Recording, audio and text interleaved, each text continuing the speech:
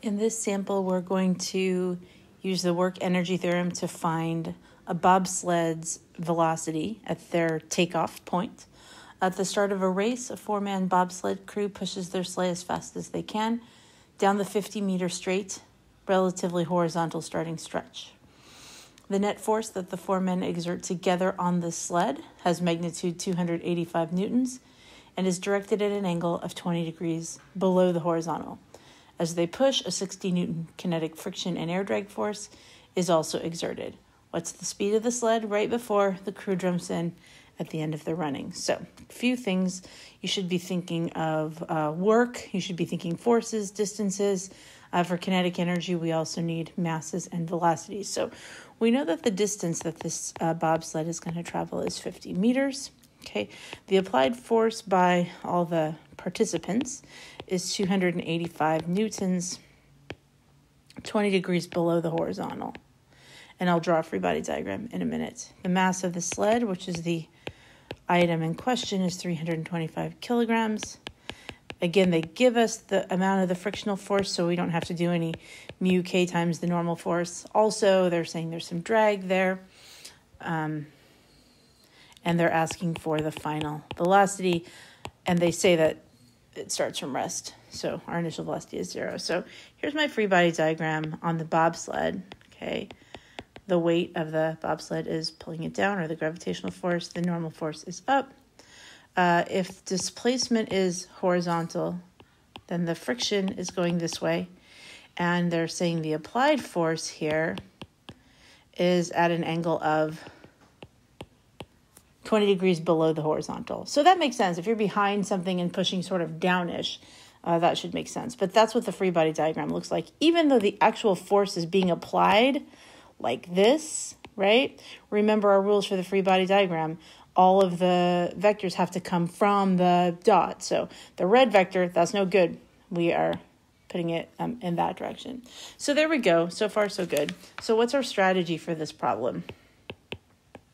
All right, we are long past the plug and chug phase of physics. What's our strategy? Okay, so we know that the network on the sled is going to result in a change in kinetic energy. So if we can find the network Ft cosine theta on the sled, we can find the change in kinetic energy. Now we know that the initial kinetic energy is 0 because it's not moving. So that will actually allow us to find the kinetic energy.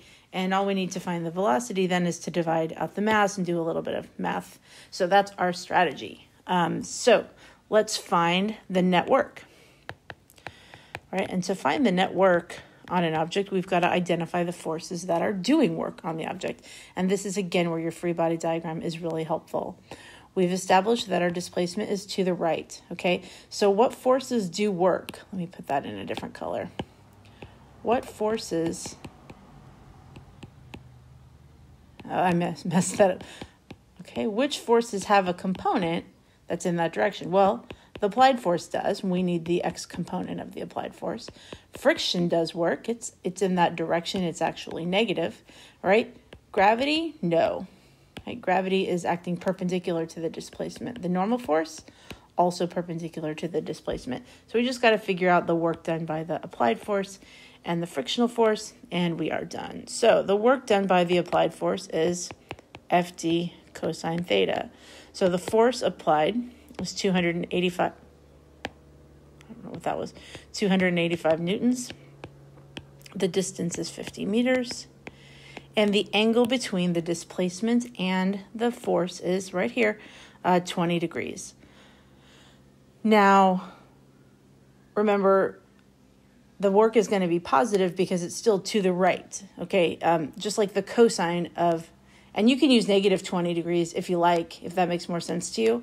But if you punch in cosine negative 20, guess what? You get the same as you get for cosine 20. So this is where really understanding the unit circle can save you some time and effort. So what we get here,